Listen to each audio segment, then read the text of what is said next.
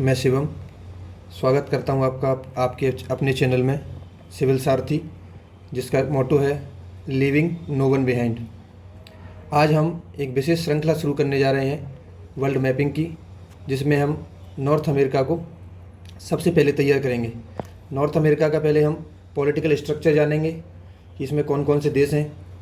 उसके बाद हम इसके आसपास के जो क्षेत्र हैं, कौन कौन से महासागर हैं, कौन कौन से सागर खाड़ी, सारा सब कुछ घूमते हुए चलेंगे।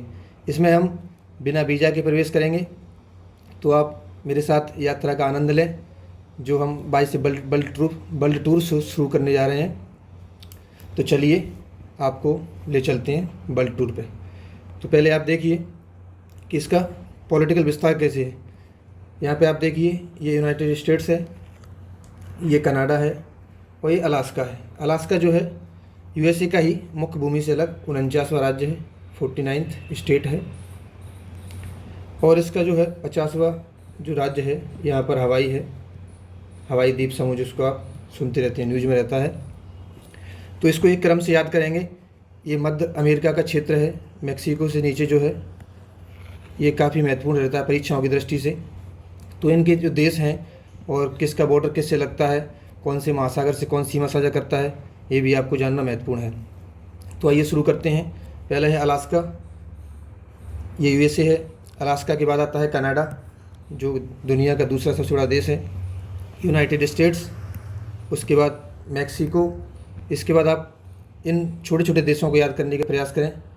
Guatemala, Belize, El Salvador, Honduras, Nicaragua, Costa Rica, Panama.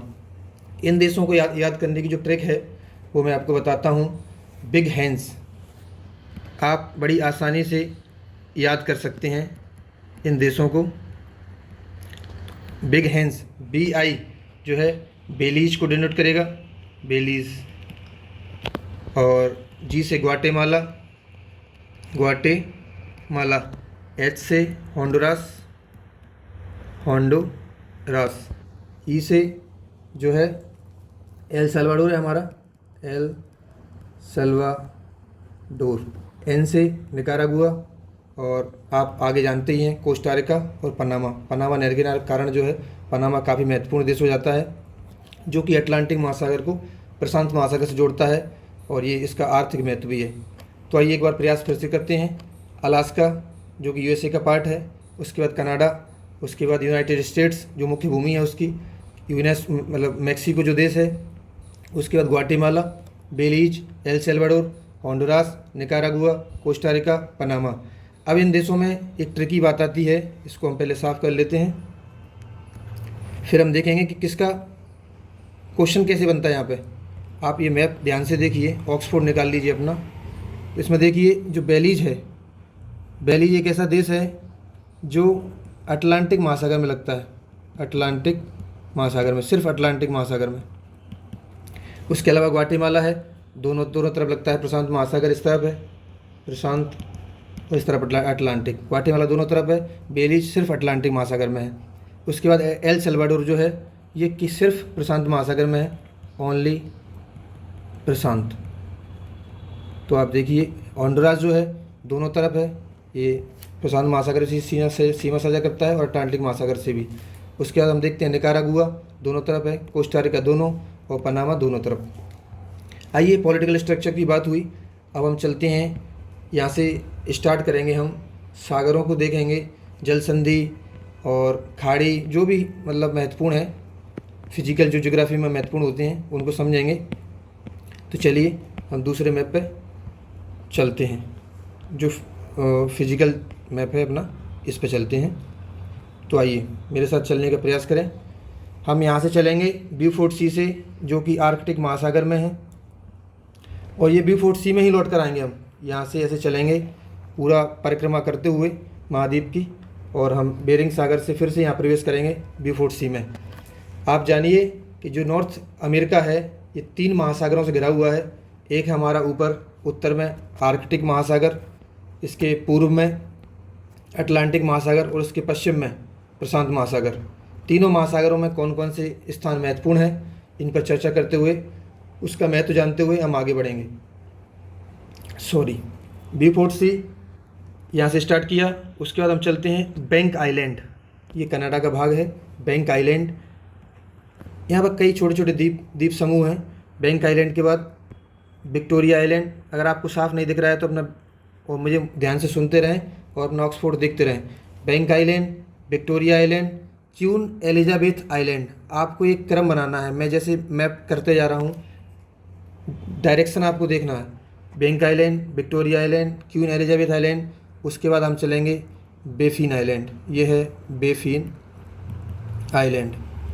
अब यहाँ से हम फिर चलेंगे बेफिन की खाड़ी, बेफिन बे को पार करते हुए ग्रीनलैंड। इसको हमने पार किया और हम कहाँ पहुँचे? ग्रीनलैंड। आप ये देखिए ये है क्या, कौन सा स्ट्रक्चर है? तो ये है आइलैंड स्ट्रक्चर है ग्रीनलैंड। दुनिया का सबसे बड़ा आइलैंड कहा जाता है ग्रीनलैंड। कई बार परीक्षाओं में पूछा गया है। तो आइलैंड को जानते हैं, आइलैंड क्या होता है? चारों ओर से पानी से जो घिरी हुई स्थलीय संरचना है उसे हम द्वीप कहते हैं या आइलैंड कहते हैं। अब हमने ग्रीनलैंड घूम लिया। ग्रीनलैंड पर किसका अधिकार है? पॉलिटिकली है डेनमार्क के अंडर में आता है, डेनमार्क। ये कनाडा के अंडर में नहीं है दोस्तों, ये डेनमार्क के अंडर में है पॉलिटिकली। और यहाँ से हम वापस चलते हैं क्योंकि हमारा उद्देश्य है नॉर्थ अमेरिका घूमना, ना कि कहीं बसना।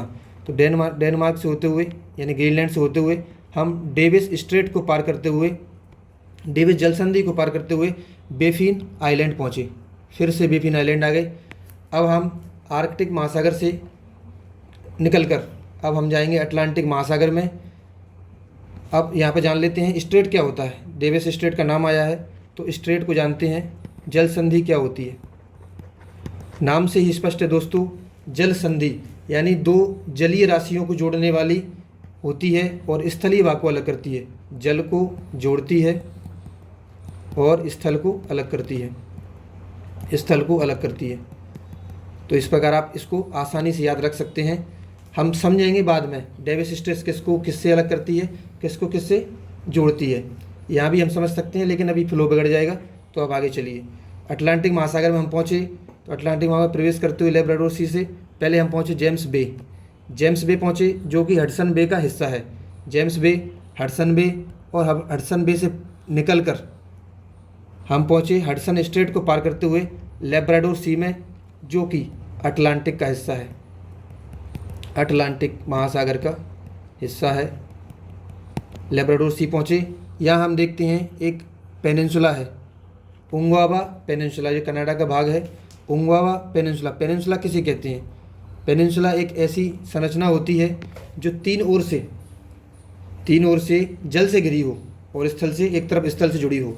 तो आप देख सकते हैं एक भाग स्थल से जुड़ा हुआ है और तीन ओर से इसको पानी घिरे हुए है, इसलिए हम इसको पेनिनसुला बोलते हैं। उंगवावा पेनिनसुला को पार यहाँ पे हमने देखा एक उंगवावा, बे ऑफ उंगवावा है, उंगवावा की खाड़ी है। तो आप इसको यहाँ पर लिख सकते हैं उंगवावा की खाड़ी। अब हम कहाँ पहुँचे दोस्तों? लेब्राडोर सी। लेब्राडोर सी से हम निकले तो हम यहाँ पहुँचे। ये जो आप देख रहे हैं ये काफ़ी महत्वपूर्ण जगह है, इसे हम बोलते हैं न्यू फाउंडलैंड। ये कनाडा का एक प्रांत है, न्यू फाउंडलैंड। आप इसको मैप में देख सकते हैं। न्यू फाउंडलैंड में यहाँ पर आप देखेंगे जब हम पढ़ेंगे जल राशियाँ, गर्म जल राशि, ठंडी जल राशि, जो समुद्र में प्रवाह होता है। यहाँ पर दोनों जल राशियाँ मिलती हैं, ठंडी और गर्म। इधर से आती है गर्म जल राशि और इधर से आती है ठंडी जल राशि। यहाँ पर जब मिलती हैं तो क्या बनता है? एक बैंक बनता है। यहाँ पर जो बैंक बनता है वहाँ पर मछलियों के उत्पादन के लिए एक अनुकूल दशा बनती है और काफ़ी मात्रा में मछलियों का उत्पादन होता है। आप कमेंट करके बताएं यहाँ पर कौन सी बैंक बनती है। आप सर्च करेंगे न्यू फाउंडलैंड में, ठंडी जल राशि और गर्म जल राशि मिलने से मछलियों का उत्पादन होता है, कौन सी जगह पर होता है, तो आप इसको देखेंगे। तो न्यू फाउंडलैंड से हम निकले, हम पहुँचे सेंट लॉरेंस की खाड़ी। सेंट लॉरेंस की खाड़ी जो है यहाँ से नदी निकलती है, सेंट लॉरेंस नदी, और ये गल्फ ऑफ सेंट लॉरेंस में गिरती है। ये काफ़ी महत्वपूर्ण है, मतलब यहाँ से व्यापार होता है। जो सेंट लॉरेंस नदी है एक व्यापार की दृष्टि से काफ़ी महत्वपूर्ण नदी है, तो इसको हम आगे जानेंगे। अब आप देखते हैं कि अगर हमें या तो एक रास्ता ऐसे हम यहाँ से यहाँ जा सकते हैं, और एक रास्ता छोटा जो है जल संधि। जल संधियाँ, स्थल संधियाँ जो है रास्ते को कम, डिस्टेंस को कम करने का कार्य करती हैं। तो यहाँ जल संधि है, ये इसको नाम क्या है जल संधि का, हम इसको साफ कर देते हैं। यहाँ पर आपको दोबारा से रिवीजन कराएंगे। यहाँ है बेली आइले जल संधि, बेली आइले जल संधि। अब आप देखिए किसको किसको अलग करती है, किस किस को जोड़ती है। तो अलग किसको करती है जल संधि? स्थलीय भागों को। तो कनाडा की न्यू फाउंडलैंड को कनाडा की मुख्य भूमि से अलग करती है, जबकि सेंट लॉरेंस की खाड़ी को लेब्राडोर सागर से जोड़ती है, जो कि अटलांटिक महासागर का भाग है ऑब्वियसली। आगे हम देखते हैं, ये जो स्थान है इसे बोलते हैं नोवा स्कोचिया। सॉरी दोस्तों, नोवा स्कोचिया। यहाँ पर एक शहर है हेलीफैक्स, आप पॉलिटिकल मैप में देखेंगे हेलीफैक्स। अगर आप हेलीफैक्स से निकलेंगे, यहाँ पे आप देखिए हेलीफैक्स है। इसके बाद जो आप देख रहे हैं इसे बोलते हैं बे ऑफ फंडी, फंडी की खाड़ी। दुनिया का सबसे ऊंचा ज्वार फंडी की खाड़ी में आता है। इसके कई भौगोलिक कारण हैं, तो आप आगे जानेंगे हम फिजिकल ज्योग्राफी की क्लास में। बे ऑफ फंडी, आप इतना याद रखिए, कई परीक्षाओं में आ चुका है कि फंडी की खाड़ी में किस खाड़ी में सबसे अधिक ऊंचे ज्वार आते हैं, तो फंडी की खाड़ी में। अब हम आगे चलते हैं फंडी की खाड़ी से। यहाँ है केप कोड, केप कोड, ये आपको दिख रहा है Cape Cod, Cape Cod. Cape क्या होता है दोस्तों? अंतरीप। अंतरीप किसे कहते हैं इसको जानते हैं? ये एक अपतट रोधिका होती है। ऐसे मान लो ये तट है, ये तट है, इसके बीच में सागरी तरंगों के द्वारा डिपॉजिट्स जमा किए जाते हैं। फिर ये मान लो यहाँ पर एक छोटा सा आइलैंड टाइप की संरचना बन जाती है, तो इसको ही हम अपतट रोधिका कहते हैं। तट तक कोई चीज़ आने में अवरोध जो पैदा करे उसे अपतट रोधिका कहते हैं। तो यहाँ पर एक केप कोड पाया जाता है। उसके बाद हम देखते हैं आगे लॉन्ग आइलैंड मिलता है यहाँ पर नीचे। लॉन्ग आइलैंड जो है अमेरिका में पड़ता है, यूएसए में, और इसी पर हमारा न्यूयॉर्क सिटी भी बसी हुई है, न्यूयॉर्क। इसके बारे में हम आगे जानेंगे, इस सिटी की विशेषताएं क्या हैं। अभी हम बाहर घूम रहे हैं इसके, न्यूयॉर्क। उसके बाद हम आगे चले तो ये जो आपको खाड़ी दिख रही है इसे बोलते हैं चेसपके की खाड़ी, चेसपके बे, चेसपके, चेसपके बे, चेसपके की खाड़ी। इसी खाड़ी के तट पर जो है वाशिंगटन डीसी बसा हुआ है, जो कि यूएसए की राजधानी है। यहाँ पर कई सम्मेलन आयोजित होते हैं, हमेशा चर्चा में रहता है, तो आप इसे ध्यान में रखिएगा। आगे हम चलते हैं तो केप हैट्रस मिलता है हमें। ये भी आपको बताया भी मैंने, केप कोड है, इसी तरह इसका नाम केप हैट्रस है। आगे हम चले तो ये फ्लोरिडा है, अमेरिकी राज्य है फ्लोरिडा। यहाँ पर जो है गल्फ मैक्सिको है। फ्लोरिडा जो है, फ्लोरिडा स्ट्रेट हमें यहाँ मिली। ये जो आइलैंड आपको दिख रहे हैं ये बहामास आइलैंड है, बहामास, ये चर्चा में रहता है बहामास आइलैंड। तो हम फ्लोरिडा से, केप हैट्रस से फ्लोरिडा आए, फ्लोरिडा से हम फ्लोरिडा स्टेट को पार करके ये क्यूबा है, तो क्यूबा जा सकते हैं। ये बहामास है, तो पहले हम गए बहामास। अब हमने सोचा कि लौट चलते हैं, फिर हम दूसरा रास्ता पकड़ते हैं, तो हम फिर से फ्लोरिडा आए, और फ्लोरिडा से फिर हम गए gulf of Mexico. Gulf of Mexico से हम मैक्सिको के एक हिस्से में गए जिसे हम बोलते हैं, जो कि गल्फ़ ऑफ मैक्सिको में खुलता है और कैरिबियन सागर से सीमा साझा करता है, जिसे हम बोलते हैं युकाटान पेनिनसुला, युकाटान प्रायद्वीप। ये भी प्रायद्वीप है क्योंकि तीन ओर से जल से घिरा हुआ है स्थलीय भाग। यहाँ से हम अगर क्यूबा जाना चाहें, यहाँ से पहुँचे थे हम फ्लोरिडा स्टेट को पार करके, अगर हम यहाँ से क्यूबा जाना चाहें तो हम पहुँचेंगे युकाटान चैनल को पार करके। दोस्तों युकाटान चैनल, चैनल जो होता है एक जलीय रास्ता होता है, कैरिबियन सी को गल्फ़ ऑफ मैक्सिको से जोड़ रहा है, जबकि युकाटान चैनल युकाटान पेनिनसुला को क्यूबा से अलग कर रहा है। तो हम पहुँचे क्यूबा। क्यूबा जैसा कि आप जानते हैं एक साम्यवादी देश है और अमेरिका जो है पूंजीवादी देश।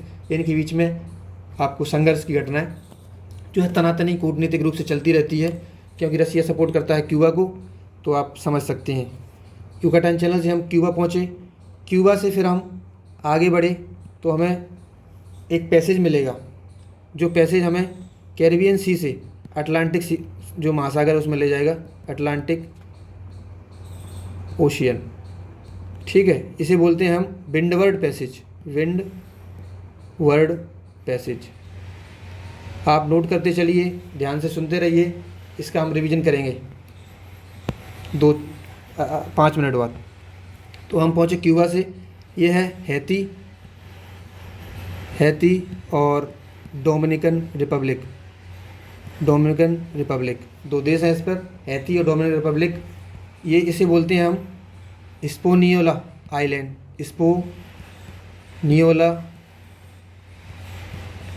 हिस्पैनियोला आइलैंड्स बोलते हैं। इस पर 2 देश हैं, हैती और डोमिनिकन रिपब्लिक। अभी हम यहाँ से आगे चलते हैं तो ये हमें मिलता है मोना पैसेज। पैसेज क्या है, किसको जोड़ रहा है, तो कैरिबियन सी को अटलांटिक ओशियन से जोड़ रहा है। तो मोना पैसेज के बाद हम पहुँचे प्यूर्टो रिको पर दोस्तों यूएसए का अधिकार है, यूएसए। इस मैप में हमें इधर साफ नहीं दिख रहा है, आपको ऐसे बता देता हूँ मैं। इस जो हिस्से में यहाँ पर लेसर एंटिलीज पाया जाता है, जैसे कुछ द्वीपों की श्रृंखला पाई जाती है, जैसे एंटिलीज बोलते हैं। इसके पीछे, एंटिलीज नाम के पीछे ऐतिहासिक परिप्रेक्ष्य है, तो हम उसको बाद में जानेंगे। इसको आप याद रखिए, लेसर एंटिलीज। इन्हीं सब देशों को मिलाकर हम वेस्ट इंडीज़ का नाम देते हैं। ये हमने जो देश पढ़े हैं, क्यूबा, हैती, डोमिनिकन रिपब्लिक, और जो हमने देखा है, ये सब आते हैं जमैका। यहाँ पर है जमैका। यहाँ बीच में जो है, इसको नाम देते हैं हम जमैका चैनल। अगर हमें यहाँ से आना है तो इस रूट को हम फॉलो करेंगे, जमैका चैनल को पार करते हुए आएंगे। तो क्या आपने देखा, जमैका चैनल है यहाँ पर। तो ये है ग्रेटर एंटिलीज, और ये क्या है, लेसर। ये वाला जो है लेसर एंटिलीज, ये है ग्रेटर एंटिलीज। अब हम अटलांटिक महासागर से निकलकर, कैरिबियन सागर से निकलकर प्रशांत महासागर में प्रवेश करने जा रहे हैं। ये यहाँ पर एक खाड़ी हमें दिख रही है, गल्फ ऑफ डेरियन की खाड़ी भी आप याद रखिएगा, क्योंकि साउथ अमेरिका से लगी हुई है। अब दोस्तों हम चलते हैं, पनामा नहर को पार करेंगे हम, और प्रशांत महासागर में एंट्री करेंगे। प्रशांत महासागर में एंट्री करेंगे। तो यहाँ पर जो सकरा हिस्सा है, इसको हमने आर्थिक महत्व की दृष्टि से नहर बनाई है, इसमें कैनल बनाया है। तो इसके एक और कोलन है, इसको बड़ा कर लेते हैं। इसके एक और जो है कोलन बंदरगाह है, कोलन एंट्री करते हैं कोलन से हम। और एक तरफ है पनामा सिटी, जो कि राजधानी है पनामा सिटी, दूसरा तट है इसका। इसको आप सर्च करेंगे कि पनामा कैनल कैसे काम करती है, कैसे इससे बड़े बड़े कंटेनर गुजरते हैं। तो इसके बीच में जो है जल को नियंत्रित करने के लिए, जहाज़ों को उठाने के लिए, दबाने के लिए एक झील का निर्माण किया गया है, जिसे गटून लेक बोलते हैं। गटून लेक जो है मानव निर्मित झील होती है। तो इस कैनल को पार करके हम पहुँचे पनामा की खाड़ी में। यहाँ लिखा हुआ है गल्फ ऑफ पनामा की खाड़ी हमने पार की, और हम आ चुके हैं प्रशांत महासागर में। आपका स्वागत है प्रशांत महासागर में। और इस तरह हम चलेंगे, प्रशांत महासागर को पार करेंगे। अब आपको क्या दिखा, गल्फ ऑफ कैलिफोर्निया। ये आप देख रहे हैं संरचना, इसे बोलते हैं कैलिफोर्निया प्रायद्वीप, क्योंकि ये 3 ओर से जल से घिरा हुआ है। तो और जो सकरा हिस्सा है 3 ओर से स्थल से घिरा है, उसे हम गल्फ बोल देते हैं। तो गल्फ ऑफ कैलिफोर्निया से निकलकर हम कहाँ पहुँचे, आपको इसी मैप में दिख नहीं रहा होगा। यहाँ एक बंदरगाह है यूएसए का, सैन डिएगो। ये अगर पनामा नहर को पार करके हम यहाँ पहुँचते हैं तो पहला यूएसए का जो नज़दीकतम बंदरगाह है वो सैन डिएगो है।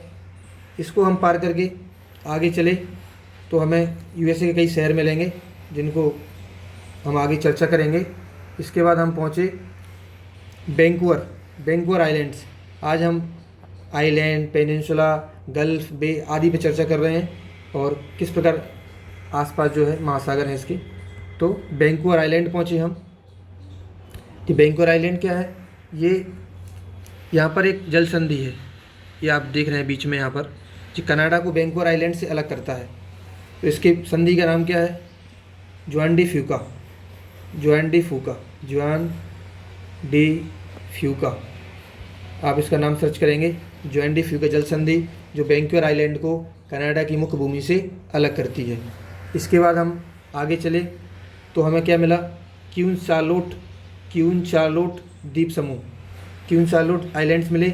इसके बाद ये हमें छोटे छोटे आइलैंड्स दिख रहे हैं, इसे हम बोलते हैं अलेक्जेंडर आर्कीपेलेगो।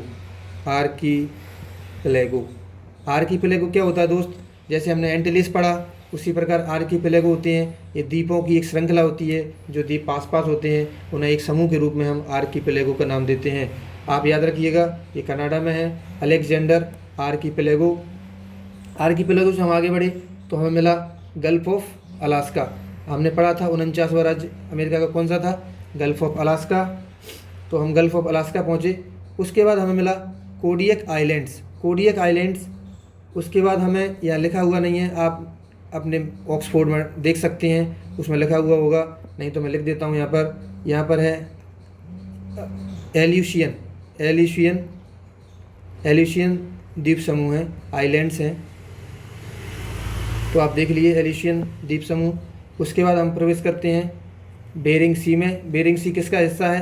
प्रशांत महासागर का हिस्सा है। और फाइनली हम बेरिंग स्ट्रेट को पार करते हुए, दोस्तों बेरिंग स्ट्रेट एक महत्वपूर्ण जल संधि है जो कि अमेरिका के अलास्का को रूस के साइबेरिया से अलग करती है और प्रशांत महासागर के बेरिंग सागर को आर्कटिक महासागर के ब्यूफोर्ट सागर से जोड़ती है। आपने देखा कि हमने पॉलिटिकल मैप किया, उसके बाद फिजिकल मैप किया। अब आप कमेंट बॉक्स में बताइएगा कि आपको जैसे हमने बताया आइलैंड्स क्या होता है। आप रुकिए 1 मिनट, हम यहाँ पर चर्चा करते हैं। हमने किस किस को जाना, बड़ा कर लेते हैं इसको। पेन इसका काम नहीं कर रहा है, 1 मिनट रुकिए। आइलैंड क्या होता है? जो चारों ओर से जल से घिरा हुआ स्थल का भाग है, तट से दूर है, वो आइलैंड्स है। उसके बाद हमने देखा पेनिनसुला। आप जो नाम आए हैं उसको आप ध्यान में रखिए, पेपर में पूछ लेता है डायरेक्ट। पेनिनसुला क्या होता है? स्थल की वह संरचना जो 3 ओर से जल से घिरी हो, उसे हम, जैसे हम भारतीय उपमहाद्वीप को बोलते हैं, जो प्रायद्वीप का भाग है, अरब सागर इस तरफ है, इस तरफ बे ऑफ बंगाल है, इसे हम क्या बोलते हैं? प्रायद्वीप। तो पेनिनसुला को समझ लिया हमने। आइलैंड्स आपको पता है, लक्षद्वीप है, अपना अंडमान निकोबार है, ऐसे आइलैंड्स होते हैं। सी की बात करें, सागर क्या होता है? महासागर का छोटा हिस्सा, जैसे कैरिबियन सागर पढ़ा हमने, ये कैरिबियन सागर है, तो ये सी छोटा हिस्सा होता है ओशियन का। उसके बाद हम खाड़ी, गल्फ़ की बात करें तो खाड़ी क्या होती है? ये गल्फ़ ऑफ कैलिफोर्निया है, आपने हमें मैप के दौरान देखा अभी, गल्फ़ ऑफ कैलिफोर्निया है। तो ये 3 ओर से स्थल से घिरी हुई है, एक तरफ से जल से जुड़ी हुई है, तो ये गल्फ़ हो गई। इसी तरह गल्फ़ का ही पर्यायवाची होता है बे, इसमें थोड़ा बहुत ऐसे बे ऑफ बंगाल है, ये बड़ा हिस्सा, बड़ा थोड़ा रूप मान लेते हैं इसको, बे ऑफ बंगाल। तो आप ध्यान रखिएगा, गल्फ़ और बे हो गई हैं। जैसे फारस की खाड़ी बोलते हैं, बंगाल की खाड़ी बोलते हैं, तो फारस की खाड़ी थोड़ा बड़ा हिस्सा, बंगाली खाड़ी का थोड़ा बड़ा हिस्सा है। तो आप जल संधि समझ चुके हैं, जल को जोड़ती है और स्थल को अलग करती है। स्थल संधि स्थल को जोड़ती है, जल को अलग करती है। आर्कीपेलेगो क्या होता है? तो द्वीपों का समूह होता है। आपने केप कॉड पढ़ा ही, अंतरीप क्या होता है। आइए फिर से एक बार चर्चा करते हैं, उसको रैपिड फायर करते हैं 5 मिनट में। तो आप पहले पॉलिटिकल पर नज़र डालिए।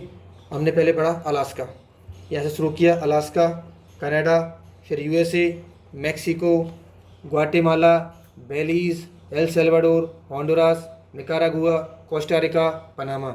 ये जो देश हैं आप इन्हें ट्रिक से भी याद कर सकते हैं। आपको याद रखना है किस देश की जो बॉर्डर है किस महासागर से लग रहा है, किसका सिर्फ अटलांटिक से लग रहा है और किसका सिर्फ प्रशांत महासागर से लग रहा है। ऐसे 2 ही देश से, बेलीज़ था एक, बेलीज़ की सीमा सिर्फ अटलांटिक से लगती है, और इधर था हमारा एल सल्वाडोर, इसकी सीमा सिर्फ प्रशांत महासागर से लगती है।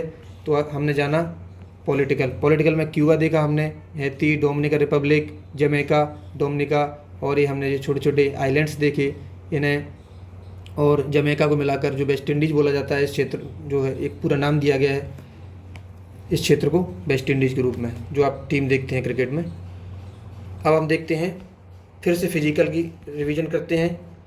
आप मैप ज़रूर अपने साथ रखिएगा, आपको हमेशा याद रहेगा, ये मेरी गारंटी है। तो आप फिर से एक साथ मेरे साथ चलिए। जैसे आर्कटिक महासागर से शुरू करेंगे और इसी महासागर में फिर से अंत करेंगे हम। ब्यूफोर्ट सी से हम कहाँ गए? बैंक आइलैंड, बैंक आइलैंड से विक्टोरिया आइलैंड, विक्टोरिया आइलैंड से queen Elizabeth island, queen Elizabeth island से बेफिन आइलैंड गए, और बेफिन की खाड़ी को पार करके हम ग्रीनलैंड पहुँचे, जिस पर डेनमार्क का अधिकार था पॉलिटिकली। इसको ये आइलैंड था, यहाँ पे आइलैंड को समझा हमने। फिर हम डेविस स्ट्रेट को पार करके वेफिन आइलैंड में पहुँचे।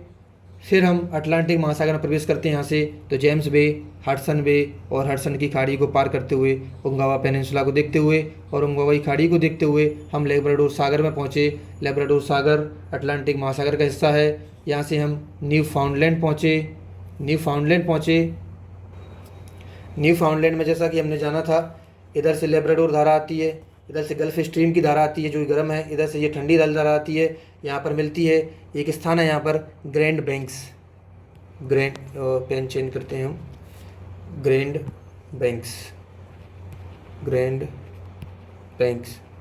बैंक्स अक्सर तट को बोला जाता है। तो ये ग्रैंड बैंक है, यहाँ मछलियों का भरपूर मात्रा में उत्पादन होता है। प्लवक की मात्रा बढ़ जाती है गर्म और ठंडी जलधाराओं के मिश्रण से। तो हम आगे चले थे, हमने सेंट लॉरेंस की खाड़ी देखा था। बेली आइली जल संधि को पार करके हम गल्फ ऑफ सेंट लॉरेंस में पहुंचे थे। फिर हम आगे पहुंचे नोवा स्कॉचिया, जो कि कनाडा में ही है। यहाँ पर हैलिफैक्स एक शहर था, इसके पास में ही बे ऑफ फंडी थी। फंडी की खाड़ी दुनिया के सबसे ऊंची ज्वारों के लिए जानी जाती है। उसके बाद हम चले थे केप कोड आपने समझा। केप कोड के बाद हम चले आगे लॉन्ग आइलैंड पर हमारा न्यूयॉर्क बसा हुआ है और एक काफ़ी महत्वपूर्ण शहर है। इसके बाद हम चले थे चेसअप के खाड़ी पर हमने देखा कि यहाँ पर वाशिंगटन डीसी है, जो कि अमेरिका की राजधानी है। उसके बाद हम चले कैप हैटरस से हम पहुँचे फ्लोरिडा के बारे में हम जाके जलवायु वाले चैप्टर में जानेंगे कि ये क्यों विशेष महत्व रखता है। यहाँ पर जो कौन से चक्रवात आते हैं ये सब हम आगे पढ़ेंगे। तो फ्लोरिडा से हम फ्लोरिडा जल संधि को पार करके बहामास पहुँचे। यहाँ से हम क्यूबा भी पहुँच सकते थे, लेकिन हमने रास्ता चेंज किया, हम गल्फ ऑफ मैक्सिको में पहुँचे। गल्फ ऑफ मैक्सिको से हम मैक्सिको के युकाटान पेनिनसुला पहुँचे। यहाँ से हमने युकाटान चैनल पार किया और हम क्यूबा पहुँचे। क्यूबा पहुँच के हमने जाना क्यूबा के बारे में, इसका अमेरिका से क्या संघर्ष चलता रहता है। क्यूबा से हम आगे चले तो विंडवर्ड पैसेज को पार किया हमने, हिस्पोनियोला आइलैंड्स पहुँचे। हिस्पोनियोला में हैती और डोमिनिकन रिपब्लिक दो देश पड़ते हैं। उसके बाद हमने मोना पैसेज को पार किया। मोना पैसेज को पार के हम प्यूर्टो रिको पहुँचे, जिस पर यूएसए का अधिकार था। हमने पास में ही पढ़ा लेसर एंटिलीज, जमैका, इन सबको मिलाकर हमने वेस्ट इंडीज का नाम दिया था। हमने क्यूबा, जमैका और हैती डोमिनिकन रिपब्लिक को मिलाकर जो है ग्रेटर एंटिलीज का नाम दिया। हम यहाँ से पहुँचे थे जमैका चैनल को पार करके कैरिबियन सागर से हम देखे तो हमें मिला गल्फ ऑफ डेरियन की खाड़ी से हम सोचने लगे कि हमें प्रशांत महासागर में जाना है। अगर हम पहले क्या होता था, हम पूरा साउथ अमेरिका क्रॉस करके व्यापार के लिए इस तट पर आया करते थे प्रशांत महासागर के पे, लेकिन एक रास्ता निकाला गया पनामा नहर को खोलकर। पनामा नहर दोस्तों प्रथम विश्व युद्ध की शुरुआत में 1914 में खोली गई 15 अगस्त को। आप इस फैक्ट को याद रखिएगा, ये काफ़ी महत्वपूर्ण है। ये पनामा की अर्थव्यवस्था के लिए काफ़ी महत्वपूर्ण है और दुनिया के व्यापार के लिए महत्वपूर्ण है। तो यहाँ से गल्फ ऑफ पनामा पहुँचे, कोलन बंदरगाह, Panama city, gulf of Panama से निकलकर हम गल्फ ऑफ कैलिफोर्निया पहुँचे। हमने कैलिफोर्निया प्रायद्वीप देखा। उसके बाद हमने सैन डिएगो देखा, जो कि पश्चिमी तट पर नज़दीकतम बंदरगाह था। सैन डिएगो के बाद हम पहुँचे बैंकोर आइलैंड को कनाडा की मुख्य भूमि से जॉन डी फ्यूका स्टेट जो है अलग करती है, आप देखेंगे। और उसके बाद हम चलते हैं क्वीन चार्लोट आइलैंड्स पहुँचे। क्वीन चार्लोट आइलैंड्स के बाद हम पहुँचे अलेक्जेंडर आर्कीपेलागो। उसके बाद हम गल्फ ऑफ अलास्का। उसके बाद हम पहुँचे कोडियक आइलैंड्स। कोडियक के बाद हम पहुँचे एलुसियन आइलैंड्स। और उसके बाद हम पहुँचे बेरिंग सी को पार कर हम जब बेरिंग स्ट्रेट को पार किया हमने, तब हम पहुँचे बीफोर्ड सी, जो कि आर्कटिक महासागर में हमने समाप्त किया है। ये रूस के बेरिंग स्ट्रेट जो काफ़ी महत्वपूर्ण है। एक बार स्ट्रेट को देख लीजिए, काफ़ी इंपॉर्टेंट है। डेविस स्ट्रेट ये ग्रीनलैंड को कनाडा से अलग करती है, जबकि बेफिन बे को लेब्राडोर सी से जो है, आप एक ब्लैंक मैप में देखिए, आपको यहाँ समझ में आएगा। यहाँ पर है डेविस स्ट्रेट, आप यहाँ पर स्ट्रेट देख लीजिए, डेविस स्ट्रेट। उसके बाद हम देखते हैं यहाँ पर ये जो क्षेत्र है, सगरा क्षेत्र, इसको बोलते हैं हम बेली आइले स्ट्रेट। बेली आइले स्ट्रेट के बाद हम यहाँ पर देखा था हमने फ्लोरिडा स्ट्रेट से ये क्यूबा को अलग कर रहा था यहाँ पर विंडवर्ड।